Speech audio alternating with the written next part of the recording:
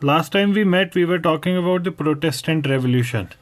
हम evolution of society समझने की कोशिश कर रहे हैं कि जिस सोसाइटी में हम हैं ये यहाँ तक हम कैसे पहुँचे. हमने बड़े अर्ली टाइम से शुरू किया, बहुत पहले, इतना पहले कि उतना पहले का कुछ पता ही नहीं है हमको. तो अब वहाँ से हम पहुँच गए लगभग हमारे एरा पे.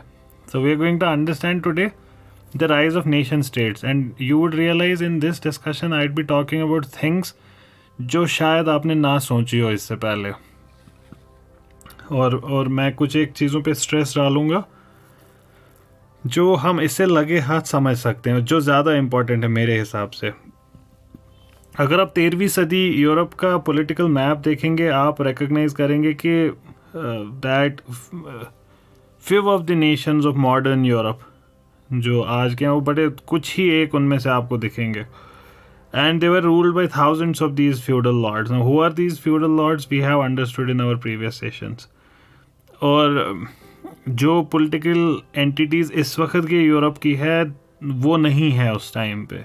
Now this is true as much as for Europe as it is for any other part of the world, though there are good exceptions in it as well, but this is true for generally for the entire world. Now what's happening after that? We talked about in the feudal setup the kings had little power, but why would that be? बादशाह के पास ताकत नहीं है, ऐसा क्यों होगा? We talked about how he was dependent upon the feudal lords, the earls, etc. He had to take from them फौज जब भी चाहिए होगी, पैसे के लिए डिपेंडेंट, हर एक चीज़ के लिए डिपेंडेंट. तो अगर आप उन लोगों पे डिपेंडेंट है, अपनी फ़ौज कहाँ से लाओगे? तो king had very little power, and to fight wars against other kings they were dependent upon these feudal Lord's.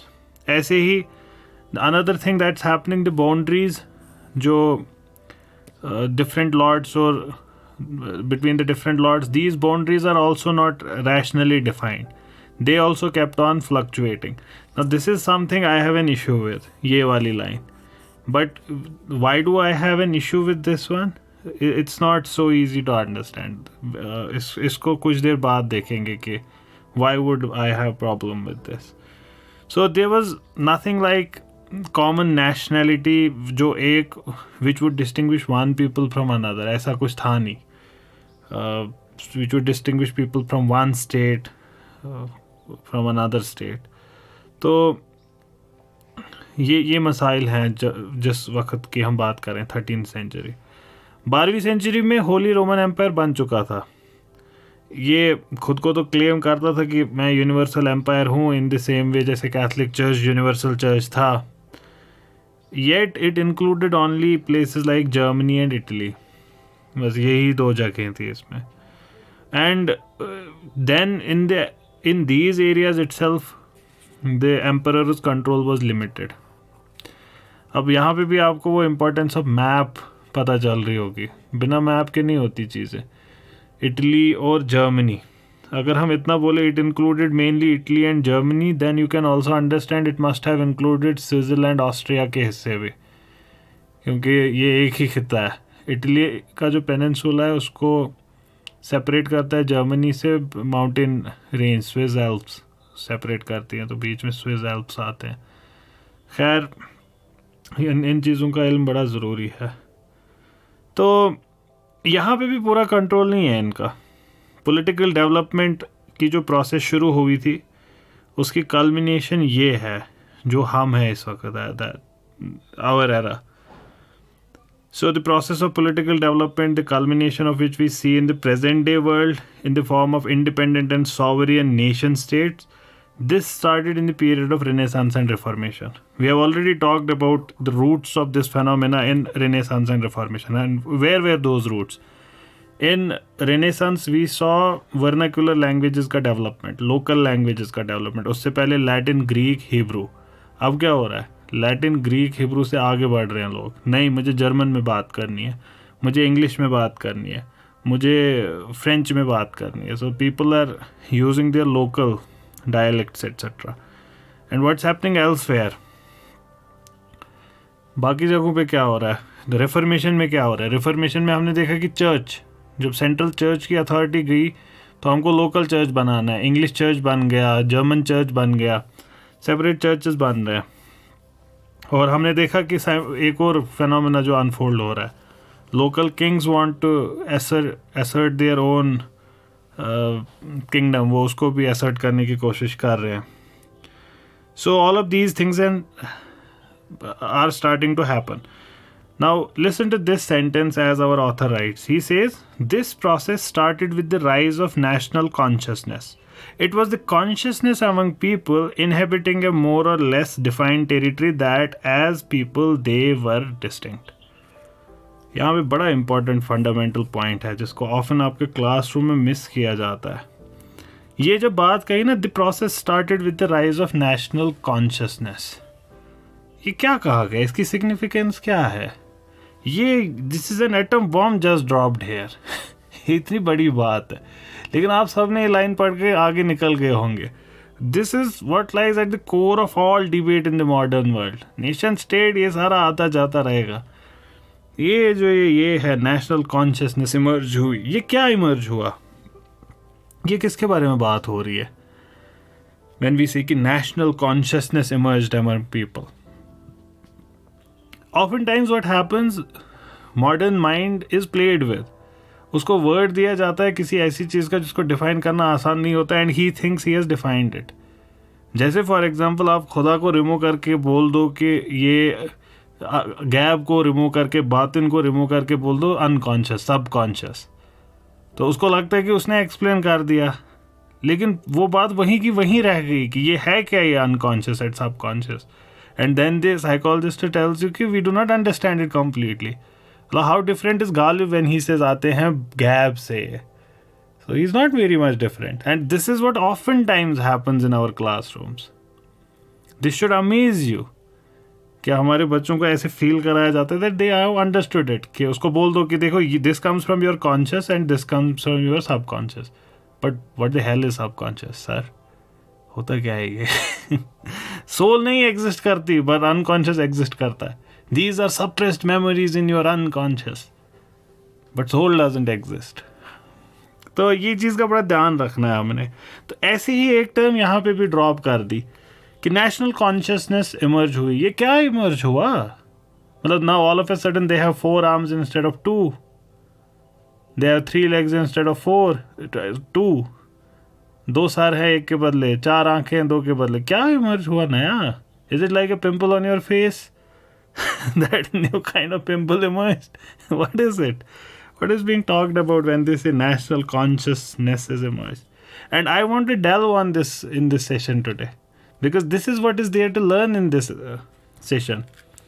And oftentimes we think that it is the information that is required. Information को करो capture, because we keep on feeding our egos in studying. हम जब study कर रहे होते हैं ना, हमें अपनी ईगोज को फीड इन करना है। जनरल नॉलेज कॉम्पिटिशन में जीतना है। Life is a general knowledge competition. Falak doesn't know it, I know it, मैं उससे आगे हूँ। Shakir doesn't know it, I know it, मैं उससे आगे हूँ। But no, your competition is with what you were yesterday. How big can you think? So what is national consciousness and why is it so important? हाँ, क्या लगता है आपको? ये समझ गए अगर आप, ये नेशनल कॉन्शियसनेस, इसमें एक कॉन्शियसनेस वाला मसला अगर आप समझ गए, इस्लाम समझ जाएंगे, मॉडर्निज्म समझ जाएंगे, ट्रेडिशनलिज्म समझ जाएंगे, पैलेस्टीन इजराइल समझ जाएंगे, फेमिनिज्म ट्रेडिशनलिज्म समझ जाएंगे, कम्युनिज्म कैपिटलिज्म समझ जाएंगे कि कोर में है हर एक चीज़ के। दिस इज एट सुलकाक का कल्चरलिज्म भी समझ जाएंगे, ये समझ गए तो। So let's delve deeper into it then, कि what does it mean? जब हम पूरी दुनिया को एनकाउंटर करते हैं ना, एनकाउंटर करने का मतलब देखना चीज़ों को, तब you are encountering my voice right now, और जो मेरे सामने बैठे होंगे they are encountering me, my voice, my sight as well. So every moment is a new encounter with the world. And अगर आप उसको ध्यान से देखें कि हो क्या रहा है when you encounter, you are sitting passively there and my voice is entering your mind through your ears, through the physical brain. ठीक, ध्यान दे ज़रा इस सारी प्रोसेस में। it seems that your minds are passively absorbing facts. जैसे मिट्टी है बाहर, आपने एक पाइप ली, पाइप से आप पानी फेंक रहे हैं उस मिट्टी पे, तो क्या हो रहा है? मिट्टी पैसिवली एब्जॉर्ब कर रही है पानी, उसका पानी पे कंट्रोल नहीं है कुछ, जैसा पानी आएगा वैसा उसको एब्जॉर्ब करना पड़ेगा. Same is your mind apparently, but that is not true. Instead, your mind actively engages in a process where it applies categories of thought on it. This was best explained by Immanuel Kant, क्योंकि उनसे पहले empiricism का फलसफा ही था. Empiricism का फलसफा क्या कह रहा था कि यही है, everything is there in perception. Perception, there is nothing inside your mind which was not first in perception. That created huge problems इस फलसफे ने, which were not anticipated by what was his name, John Locke, जिन्होंने इसको सबसे पहले अच्छे से workout किया. Berkeley ने कुछ प्रॉब्लम्स दिखाई और आइडियलिज्म का फलसफा पैदा हुआ, और then comes Hume and he destroys everything. So empiricism ends up in skepticism. And Kant is looking at this phenomena. He is saying, dude, no, we got something wrong. दया कुछ तो गड़बड़ है, दरवाज़ा तोड़ो. और जब दरवाज़ा वो तोड़ते हैं, he realises, oh my God, we thought mind is just a passive recipient. But जब दरवाज़ा तोड़ा, माइंड को देखा और वहाँ देखा कि यहाँ तो अंदर बहुत कुछ है. क्या है? Can't says 12 categories, 12 categories of thought है. वो अप्लाई होती है किसी भी ऐसी चीज़ पे जो भी आप देखेंगे. Okay, this is getting sophisticated, right? Difficult हो रहा है समझना. And that's why you need to understand everything else to understand anything else. इसीलिए फ़लसफ़े का इल्म ज़रूरी है. Shakir, now you realise why we did a series on western philosophy first before doing social sciences. इसलिए खैर, लेट्स एक स्टेप पीछे जाते हैं कि ये जो बात मैंने कही इसको ईजीली कैसे समझे. Think of it like a mental tool kit which you use to make sense of your experience. Again difficult. Okay, इसको और इजी करते हैं. मैं ये कह रहा हूँ, जब भी कोई चीज़ आप देखते हैं, कोई भी चीज़ आप देखते हैं, आप इमीडिएटली विदाउट योर चॉइस उस पर अप्लाई करते हैं categories. Category of colour, category of weight, category of shape. आपके सामने एक ऑब्जेक्ट है, एक बॉल है, ठीक, आपके सामने रखी गई है. You can say this object is blue, which is right, it is blue. But why did you not say this object is heavy? It can be heavy as well. Or why can't you say this object is spherical? Because it is spherical. This object is large. Why wouldn't you say this object is large? So these are categories of thought. First, color was the color वाली category. You applied color वाली category and said कि this is red in color. You applied वजन वाली category and you talked about its weight. Now, these categories are not out there. These categories of thought are inside you. ये आपके अंदर है. It is this innate mental machinery that allows you to say that this is red, this object is heavy, that object is blue, that is a man, this is a woman, that is sky. ये सारी चीज़ें आप कैसे कर पाते हैं? when you apply categories of thought. Now which category to apply where? हाँ, कौन सी कैटेगरी अप्लाई करें? जब यही बॉल है सामने तो आपको ये क्या है? ये ब्लू कलर है. ठीक, कौन सी कैटेगरी ऑफ थॉट अप्लाई करेंगे? Interesting. Usually depends upon the context of the conversation. Usually उसी पे डिपेंड करेगा. ठीक, तो जैसे फॉर एग्जाम्पल खाने की तैयारी हो रही है तो आप बोलेंगे ये अनकुक्ड है, या आप बोलेंगे ये गरम है. हर एक चीज़ कंटेक्स्ट पे डिपेंड करेगी. अगर आप कहना चाह रहे हैं कि नहीं खाना अभी, तो ये अनकुक्ड है कहेंगे, तो category of whether it's cooked और not has been applied. So which category to apply depends most of the times on the context of the conversation. But things start getting complicated in academic and philosophical discourse. Or when you are yourself contemplating कि मैं कौन सी category of thought apply करूँगी इस चीज़ पे, जब आप खुद से बात कर रहे होते हैं. And often times you are applying categories without knowing it. आपको खुद नहीं समझ आ रहा होता कि आप ये कर रहे होते हैं. And that's Y I am trying two point your attention towards. आपने आज तक अपने थॉट को डायरेक्ट किया टू द वर्ल्ड. आज मैं आपको कह रहा हूँ direct your thought itself. Amazing. So what we understand now is there are different categories which you can apply on things. Color, weight, shape, ethnicity, religion, region, gender, creed, race, nationality, height, color. All of these are categories that you can apply on a phenomena. This is where it gets intriguing. The choice of which category to use where is not cast in stone. ये कोई fix नहीं है कि ये बस बताया गया कि इस चीज को ऐसे ही देखना है. Now understand the question that is asked. Why are all prophets male? I don't see any male prophet. Why? Because I refuse to apply the category of gender on prophets. Otherwise हम ये भी कह सकते हैं. Why are all prophets adult? Why isn't that category applied? किसी ने आज तक ये कैटेगरी क्यों नहीं अप्लाई की? ये क्यों नहीं बोला आज तक किसी ने कि ये तो बड़ा बाइस्ड है कि कोई भी बच्चा प्रॉफिट नहीं है? ये नहीं ना किया कहा किसी ने. लाइफ एंड डेथ की कैटेगरी नहीं apply. Why aren't there any dead profits? कोई नहीं अप्लाई करता. Why aren't there any non profit profits? ठीक. So the category you choose to apply on the thing is not in the thing itself, it's outside. And that's where it gets intriguing. Now that we realize कि ये malleable है, कि आप different categories में से choose कर सकते हैं, then it means it's a realm of interpretation and judgment.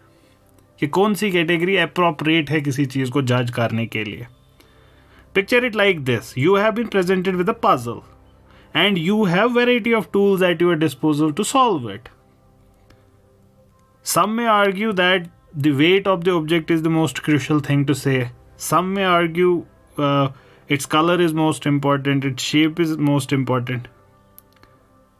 And this, my friends, is where your unique perspective comes into the discussion, comes into play. कि आप इसको कहाँ से देख रहे हैं.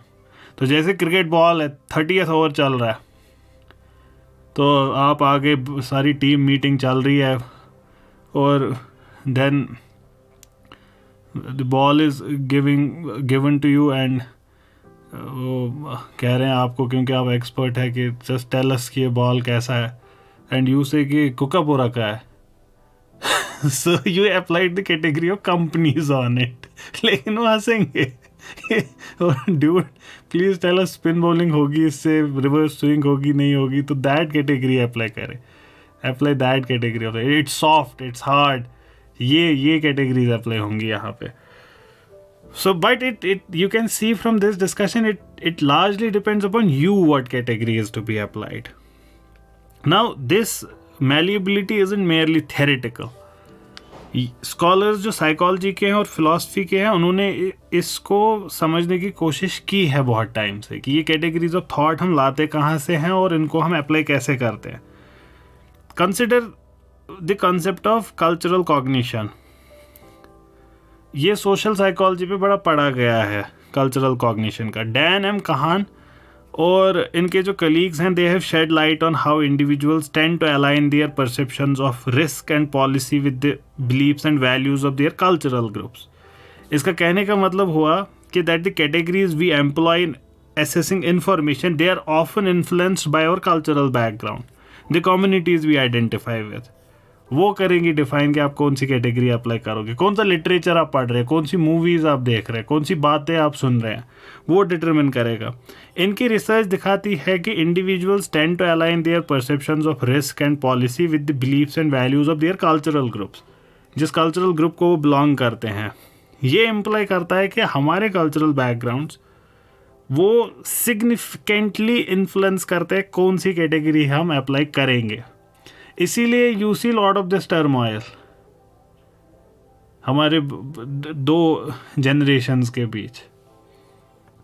बड़े सोच रहे होते ये क्या बात कर रहे हैं, ये निश्चित बोझमुतीजा, और छोटा कह रहा होता है कि how can he not be able to see it. Of course he can't see it, he can not see it, क्योंकि वो कैटेगरी ऑफ थॉट ही नहीं एग्जिस्ट करती अभी उसके माइंड में. वो करती ही नहीं है जो आपके माइंड में एग्जिस्ट करती है. तो इसके बहुत एग्जाम्पल्स दिए जा सकते, but I am not able to come up with a decent example. All the examples in my mind are kind of not worth quoting. So now this is more interesting if you understand अभी तक हमने क्या बात करी. Essentially what we are saying that cultural commitments are prior to factual beliefs. क्या कहा? Surprise. हमने कहा कि जो कल्चरल कमिटमेंट्स हैं ये ए प्रियोरी हैं. दैट मीन्स फैक्ट जो आपके सामने है ना, ये बाद की बात है, ये बाद में इंटरप्रेट. जैसे फॉर एग्जाम्पल मान लीजिए हमारे पास we are able to see से 10 कलर्स, हम 10 कलर देख पाते हैं और ये 10 कलर्स ए प्रियोरी हैं. इसका मतलब ये हुआ जो भी चीज़ आप देखेंगे वो इन्हीं 10 कलर्स में दिखेगी. या तो वो काली दिखेगी, या तो वो लाल दिखेगी, वायलेट दिखेगी, इंडिगो दिखेगी, ब्लू दिखेगी, येलो दिखेगी, ऑरेंज दिखेगी, रेड दिखेगी. ठीक, वो इन्हीं कलर्स में दिखेगी. What if we were able to see say 12 colours, तब जो नई चीज़ आएगी वो शायद उनमें भी फॉल करेगी. That's what we are saying कि ये कलर्स ए प्रियोरी हैं, ये बाहर डिपेंडेंट नहीं है, ये अंदर ही है हमारे. तो यहाँ पे हम कह रहे हैं कि cultural commitments come before and everything else comes later. That means हमारा जितना भी एक्सपीरियंस है, ये असल हो खराब हो कारन ये कारन, ये कैटेगरीज पहले ही हैं हमारे अंदर. So culture is prior to facts. Facts don't define culture, culture defines facts. And not just in the evaluative sense that citizens might care about how gun control, death penalty, environment regulation ये कैसे उनके cultural values के साथ जाता है. नहीं, culture is prior to facts in the cognitive sense of the term. कि citizens believe about empirical consequences of policies they also derive from their cultural worldviews. This is amazing. And based on these different varieties of psychological mechanisms inside our minds, individuals accept or reject empirical claims. वो कहते हैं ये कैसे नहीं देख पा रहे हैं कि औरतों पे कितना जुल्म हुआ है हिस्टोरिकली, इसको क्यों नहीं दिखाई दे रहा है. There is 100% absence of women in the history. And then the other person says, I can't see it. मुझे दिख ही नहीं रहा. Why? This is the reason at the center of it. But the question that is in front of us is much more subtler than this. अब हम एक और level जा रहे हैं, इससे भी ऊपर. आज तक आप फिजिक्स दुनिया में थे, सामने वाली दुनिया. मैं आपको आज एक नई दुनिया से तारुफ कराया है, एक लेवल अंदर. लेकिन आज मैं आपसे कह रहा हूँ उस एक लेवल के भी अंदर जाते हैं. हमारे पास अगला मसला ये है ना कि अगर ठीक है कि कैटेगरी ऑफ जेंडर है, फॉर एग्जाम्पल मेरे पास कैटेगरी ऑफ जेंडर नहीं है, ठीक, या मान लीजिए मेरे पास कैटेगरी ऑफ जेंडर भी है और मेरे पास कैटेगरी ऑफ पाइटी भी है. आपके पास भी कैटेगरी ऑफ जेंडर और कैटेगरी ऑफ पाइटी भी है. And there comes the example of Islam. Now the question is why don't I apply category of gender on it and why are you applying category of gender on it.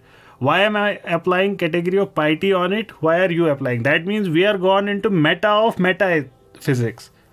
अब हम एक step ऊपर गए कि decide ही कैसे करें कि कौन सी कैटेगरी सही है. It's a very difficult question to answer, very very difficult to answer. R.M. Hare, for instance, he introduced the concept of blick in religion, मजहबी discussions में, and he argued that there is a blick inside us. And again, it's a sophisticated way of saying something I do not understand is within us. What is blick? Blick is that phenomena which decides, but we don't understand what is that phenomena. So he says a lens through which individuals perceive and interpret the world, that blick inside us.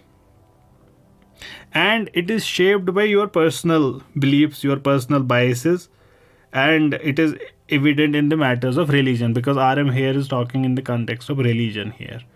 But we can extend his thesis कि कौन सी category of thought apply होगी वो पता नहीं कहाँ से आता है कि हम इसको कैसे अप्लाई करें. तो क्या हम तब ये कह रहे हैं, अब इसको समझिएगा और please open your mind to understand it. ये बहुत बहुत इम्पॉर्टेंट है, क्योंकि यहाँ पे मेरी पर्सनल थीसिस भी इन्वॉल्व हो रही है, कि मेरा खुद का फलसफा भी इन्वॉल्व हो रहा है. Can this B solved further? ठीक है, दो चीज़ें होती है, एक हो गया कि we do not know it yet but tomorrow it might be able to discover it. ऐसा हो सकता है कि हम इन दोनों में से कैसे डिसाइड करते हैं, जब इसके फर्दर एनालिसिस हमने अभी तो नहीं है हमारे पास। जैसे हम एक वक्त एटम्स तक पहुँचे, फिर हमने और तहकीक की तो हमको रियलाइज़ हुआ oh atom is not the most fundamental, इसके आगे भी कोई चीज़ है। क्या है? We talked about different electrons, protons, neutrons. Then come certain people, they are like dude ये भी फंडामेंटल नहीं है, तो क्या है fundamental? They started talking about quarks et cetera. Then comes another dude along and says कि नहीं ये भी फंडामेंटल नहीं है। और ऐसे करते करते there is one of the theory that's under discussion, which is string theory. तो string theory, strings are, everything is a string which plays in a particular way and you get the music of electron, music of proton. But philosophically the question can still be asked, what is the string made of? Right? तो हमारे पास यही सवाल है कि is it कि हमारे पास इस वक्त आंसर नहीं है इस सवाल का कि why does our blick have to be Islamic? Why does our blick have to be so and so? Is it the fundamental last string जिसको further analyze ही नहीं किया जा सकता? क्या ये है? या हमारे पास इस वक्त टूल्स नहीं है, शायद कल को पता चल जाए। ठीक? I think it is logically not possible to go further. इसका मतलब क्या हुआ? इसका मतलब टूल्स कुछ नहीं करेंगे, आप इससे आगे जाया ही नहीं जा सकता। It is not possible. इसका मतलब क्या हुआ? इसका मतलब ये हुआ कि categories of thought do not, can not exist जो इसको सॉल्व करे, वो एग्जिस्ट ही नहीं कर सकती हैं। लॉजिकली मैं कह रहा हूँ, ये नहीं कि आप ट्राई करेंगे तो maybe we will hit. It's like saying you can not cross the speed of light, you can not. ये नहीं कि maybe someday we will, theoretically not possible. ये कहा जा रहा है कि ये इस मसले को हल करना पॉसिबल ही नहीं है। अब इसकी एविडेंस ऐसी थोड़ी मानोगे आप कि इस मसले को हल ही नहीं किया जा सकता। ये हमारा, इसको हम कहेंगे ये हमारा बेसिक प्राइमरी है, इसको फर्दर हल नहीं किया जा सकता। What is the evidence? I present to you two evidences. One I would not define, the other I would define. Because one is not mine, the other is my own. तो दूसरे वाले को मैं डिफाइन कर पाऊंगा। पहला is incompleteness theorem. हर एक system खुद में इनकम्प्लीट होता है, एक्सप्लेनेशन हमें जब बाहर से आएगी, लेकिन इसके बाहर कुछ अब है ही नहीं। सिस्टम हमेशा, इसके लिए आपको पढ़ना पड़ेगा Kurt Gödel et cetera, beyond our discussion. System खुद में हमेशा इनकम्प्लीट ही रहता है। खैर, but the second thing is आसान टू अंडरस्टैंड। वो ये है कि okay we have defined between the two bliks, हमने कर लिया डिफाइन कि हम कैसे डिसाइड करते हैं। ठीक? Even if we find that thing which makes us decide between the two, that thing in itself becomes the next point of blik. जैसे अगर चीनी ज़्यादा होगी तो हम we tend to use that side, हम उस साइड का ब्लिक रखते हैं, हम उस साइड का आंसर करते हैं जिस साइड चीनी ज़्यादा होगी। अब अगर फर्दर एनालिसिस करें, हम इसको भी फर्दर एनालाइज कर सकते हैं। Why do we fall for the side that has more chini in it? अब आप इसको आंसर करेंगे क्योंकि चीनी में फ्रुक्टोस होता है, उसमें कार्बन होता है CH2O फॉर्मूला होती है उसकी। ठीक? Okay, then you can still, so what does that mean? That means we have called the point of ultimate analysis blik, कि जो भी आप फाइनल आंसर देंगे हम उसको ही ब्लिक कह रहे हैं, जो फर्दर अनएनालाइजेबल है। That's why I am saying it's not logically possible to solve this problem. There is another problem. Even if we do, for the sake of argument, we would still have an issue. Is not fallacy वाला, कि what is से define नहीं हो सकता what ought to be। जैसे कि what should I listen to this session or not? कोई बोलेगा yes you should. Why? Because you would learn a lot, बहुत इल्म हासिल होगा, बहुत फ़ायदा मिलेगा। लेकिन मैं इक्वली आर्ग्यू कर सकता हूँ कि बहुत इल्म मिलेगा, बहुत फ़ायदा मिलेगा, इसीलिए नहीं करना अटेंड। So, ये बड़ा इंटरेस्टिंग है, और अगर ये चीज़ें समझ आ जाएंगी बहुत सारे मसले हल हो जाएंगे. How do you still choose to act upon it? कैसे? आप कहते हैं भूख लगी है, खाना खाओ. क्यों खाना खाना है? क्योंकि भूख लगी है. मैं कहता हूँ इसीलिए नहीं खाऊंगा क्योंकि भूख लगी है. क्या करोगे इसका? कैसे सॉल्व करोगे? नहीं है पॉसिबल सॉल्व करना. इससे 8 पे जाना पॉसिबल नहीं है. Hume proved it, but somehow we are able to do it. इसी को गालिब ने कहा था आते हैं गैब से. और यहाँ पे हमारा दीन बहुत perfect, it makes sense. Lot of people think ये चीजें कैसे. अल्लाह ताला says we make their deeds appear fair to them. Maybe he changes their categories of thought. Allah Ta'ala says that your souls are in my hand. The categories of thought are in God's hand. God says, seeing they see not, hearing they hear not, neither would they understand. That means the categories of thought do not exist inside them. उनके सामने आप कितना भी कुरान पढ़ोगे उनको नहीं समझ आएगा. नहीं आएगा, आएगा ही नहीं. जाओ कर लो क्या करना है. और इसके लिए एक फिलोसॉफिकल एक्सपेरिमेंट भी है, थॉट एक्सपेरिमेंट, जो मदद कर सकता है आपको अंडरस्टैंड करने की. Think of a 100% rational human, और in the thought experiment it's actually an animal, the donkey, which is 100% not rational. 100% rational and not rational kind of become equal, horseshoe की तरह. So the point here is you are 100% rational human. 100%, कोई blik नहीं है आपके अंदर. You are 100% equal distance पे of 2 plates of ice cream, two bowls of ice cream, which are 100% alike in every matter. How do you choose which one to have? कैसे choose करेंगे? Philosophically not possible to choose. You should not be able to choose. But then you do choose.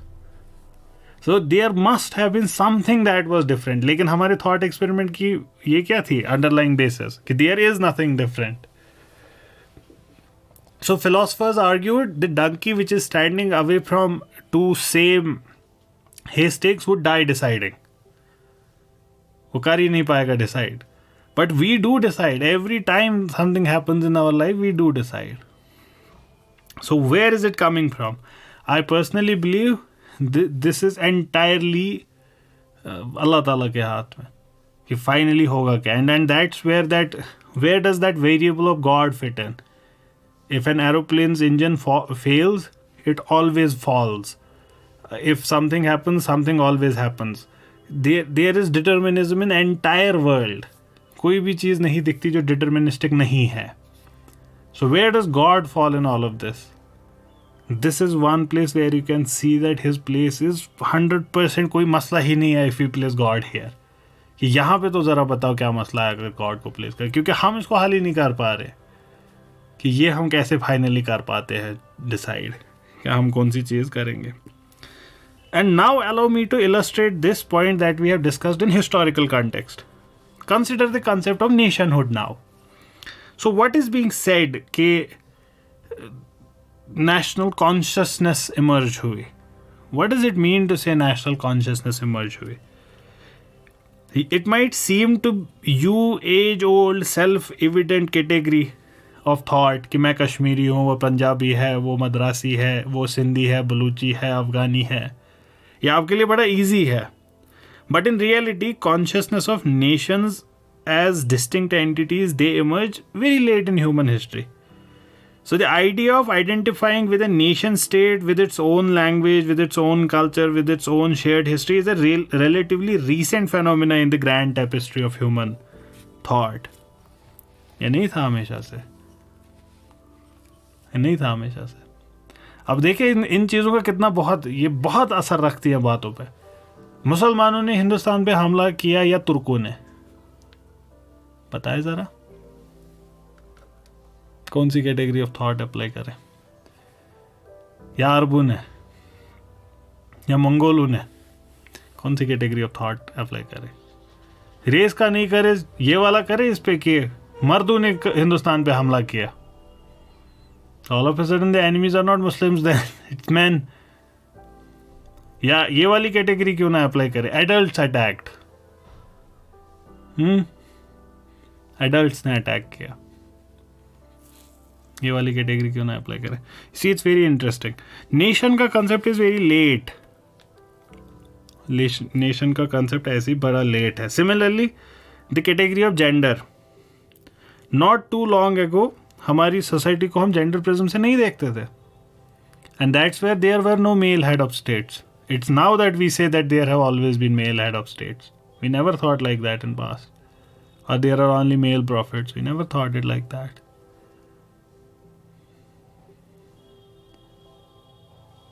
So how do we look at the thing, for example, in Muslim tradition that father is the head of the family? Is father the head of the family, or is it a man who is the head of the family? Or is it an adult? The सबसे ज़्यादा age वाला adult who is the head of the family. So all of these questions, these are interesting question. And similarly gender की theory भी change होती गई. अभी some of us are not able to look at more than 2 genders. Others are seeing a rainbow. They see a lot of genders. So which category of thought to apply to a thing? Very important to understand. Now let's come back. Now when it is saying this process started with the rise of national consciousness, now you understand what is being said. कि ये कहा क्या गया? A new category of thought emerged. So it was this consciousness among people inhabiting a more or less defined territory that as people they were distinct. ये नया कुछ emerge हुआ. ये इमर्ज क्यों हुआ, कैसे हुआ, इसका रिजल्ट क्या था, सब तो हमें दिख ही रहा है अब. That all of us know now. So the kings tried to establish their supremacy over their feudal lords. ये हमने देखा कि वो कोशिश कर रहे थे. और ये करने में मदद किसने की? मर्चेंट्स ने, अर्बन पॉपुलेशन ने मदद की उनकी कि dear kings, you want power, we want to be free from feudal lords, we will give you power, you get us free from them. Trade और सिटीज़ डेवलप हुई, ये हम सब देख चुके हैं. You see all of those discussions are now kind of एक जगह पे वो कल्मिनेट हो रहे हैं. और यही हमने कहा कि why do we divide world into ancient, medieval, modern? Because all the things that are happening in the ancient world they merged at that one point and then they kind of वो फिर से फैल जाते हैं. फिर वो अलग अलग हैपनिंग्स होती है और वो फिर से एक पॉइंट पे सब चीज़ें इकट्ठा होती है और वहाँ कुछ नया हो जाता है. This is that cusp where everything is going to happen new and a new world is going to form, जिसको मॉडर्न वर्ल्ड कहेंगे. So you see now this thing is also happening. Now to free themselves from interference of feudal lords, अपने trade interest को promote करने के लिए cities को क्या चाहिए? Central authority. सेंट्रल अथॉरिटी होगी कैसे? जब रीजनल अथॉरिटी कम होगी. रीजन में कौन है? फ्यूडल लॉर्ड्स है. तो फ्यूडल लॉर्ड्स को ख़त्म करना है. यह हमने फ्यूडलिज्म में डिटेल में पढ़ा है. So the interests of merchants could be promoted by strong kings who would put an end to this feudal anarchy. जो लोकल डिसऑर्डर्स को ख़त्म करेंगे, जो ट्रेड रिस्ट्रिक्शंस ख़त्म करेंगे, पॉलिटिकल फ्रैगमेंटेशन ख़त्म करेंगे, जो सड़कें बनाएंगे, ब्रिजेस बनाएंगे, कैनाल्स बनाएंगे, लॉ एनफोर्स करेंगे, लॉ एंड ऑर्डर को रखेंगे, एनफोर्स करेंगे कंट्रैक्ट्स को, प्राइवेट प्रॉपर्टी को प्रोटेक्ट करेंगे. ये सब चीज़ें चाहिए. एंड दे कुड दस facilitate trade by protecting all of these traders. ठीक. अब उनको एक और चीज़ चाहिए. उनको चाहिए कि ये इकोनॉमिक्स इसमें समझना है. इकोनॉमिक्स बड़ा इंपॉर्टेंट है इस कॉन्टेक्स्ट में कि often times the issue with nascent industry is this. What we understand in economics is one of the phenomena that when the industries are in nascent stage they need to be protected. Only then they grow. And once they grow, we need to have as free markets as we can so that they are able to become efficient as well. So now if that is the thing, then these industries are nascent right now. ये अभी बड़ी nascent है. तो इनको protect करने की ज़रूरत है. But why would a king, से फॉर एग्जाम्पल ये जर्मन आर्टिस्ट है और उनका किंग है इटालियन, वो क्यों करेगा इनको प्रोटेक्ट? उसको क्या फ़र्क पड़ी है? The Britishers did not protect Indian industry. So this is one of the things that happens in such phenomena. Now they want their local king to be their king so that they are protected as well. So economics is also playing its role. Now kings from their side are finding in merchants their allies which they needed. क्यों? Why did they need the merchants? They needed the merchants because they wanted independence from feudal lords. ये feudal Lord अपनी मर्जी चलाता है हर जगह, खुद law बनाता है, खुद हर एक काम करता है, ठीक. So they wanted their own courts. इस सब में खर्चा आता है. खर्चा कौन प्रोवाइड करेगा? मर्चेंट प्रोवाइड करेगा. ये नेक्सस फिर कभी ख़त्म नहीं हो पाया.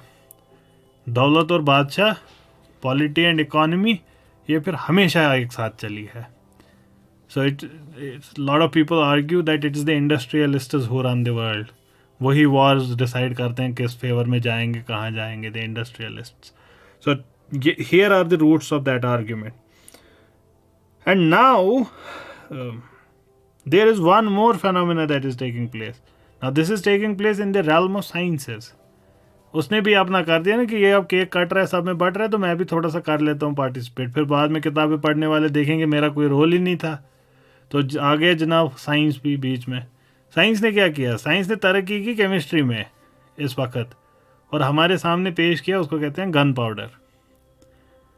देखिए बहुत छोटी चीज़ें होती हैं, लोगों को लगता है कि छोटा सा क्या करेगा, ये क्लब हाउस पे एक रूम क्या करेगा. लेकिन जिनको बटरफ्लाई इफेक्ट पता होता है कि small butterfly tap at one place can lead to tornadoes in another. You never know what a thing can do, what one thought can do. One person, Thomas Paine, lies at the roots of 3 revolutions. Thomas Paine. And you never know. One person's birth in Arabian Peninsula. आज भी the Israel war is going on, Israel-Palestine.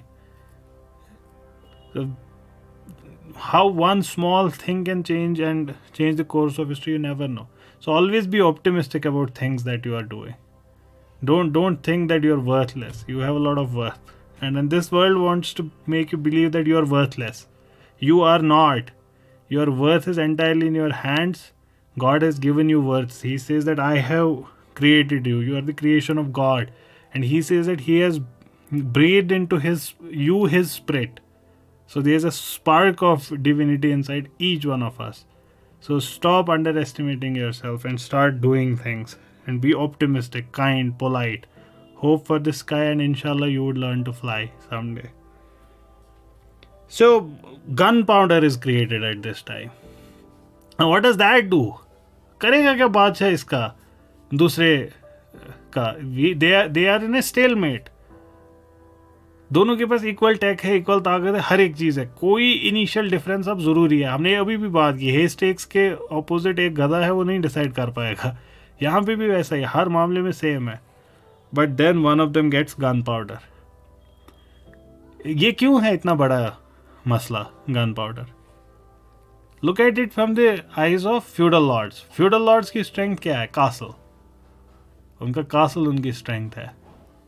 लेकिन gunpowder के सामने तो नहीं टिकेगा अब. So their biggest defense falls in front of them. And that's why defense strategies also need to be developed with time. एक वक्त था mountains were frontiers. And the countries जो mountains के अंदर रहती थी, they were highly protected countries. But it need not work every time. ये ज़रूरी नहीं कि हर time work करे. So you need to update yourself as well. So कहते हैं 4th generation warfare, 5th generation warfare.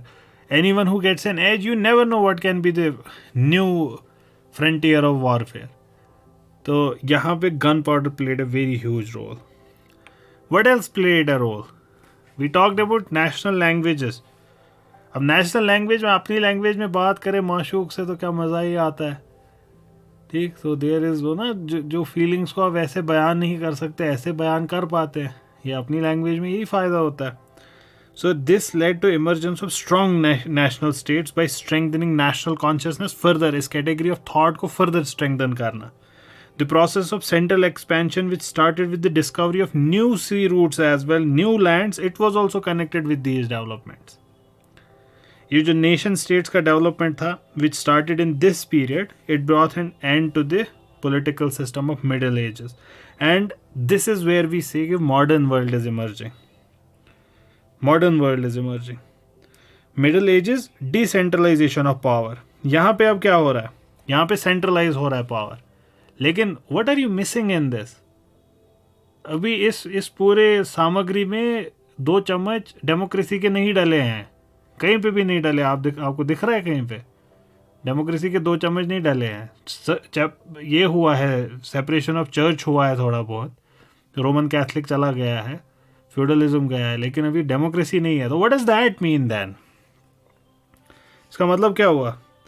Nation states है that the king has become absolute now, so we see an era of despotic governments, authoritarian and autocratic governments. और अगली 2 सदियों तक minimum there would be emergence of cohesive states on the basis of nation, but their governments would be strong governments, there would be little और less rights.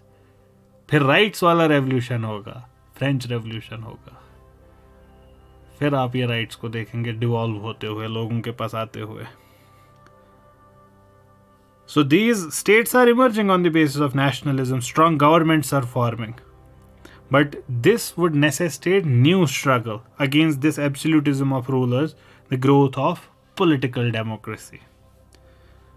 And to comprehend the nature of these political developments in this period, we should study the political developments in the countries like England and France in particular. French Revolution becomes very important in this context.